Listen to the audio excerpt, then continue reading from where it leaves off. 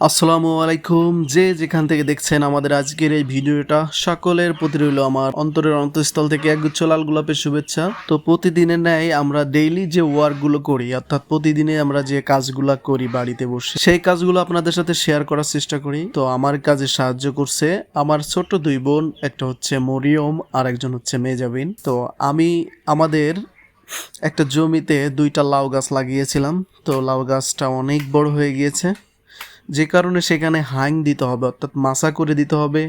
তো মাচা করার জন্যই মূলত আমার এই বাঁশগুলো কেটে আনা।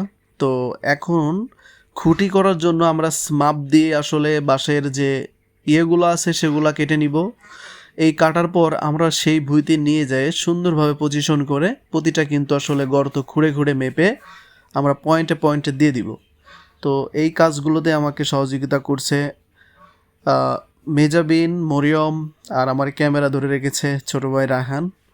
তো দেখতে পাচ্ছেন আমরা আমাদের কাজটা করতেছি। তো মোটামুটি সমস্যা হচ্ছে প্রচণ্ড রোদ্দুর আর গরম, যে কারণে আসলে কাজ করতে বেশি মন চাইতেছে না। আজকে আপাতত এই জায়গার যে খুঁটিগুলো আছে খুঁটিগুলো পুঁতে রাখবো, বিকালে সময় পেলে নাই তো পরবর্তী দিন সময় পেলে এই কাজটা করব, কারণ যে গরম, এই গরমেতে আসলে কাজ করা সম্ভব না। ঠিক আছে, তো এই জন্য আসলে যতদূর পারি ততদূর আজকের এই কাজটা করব।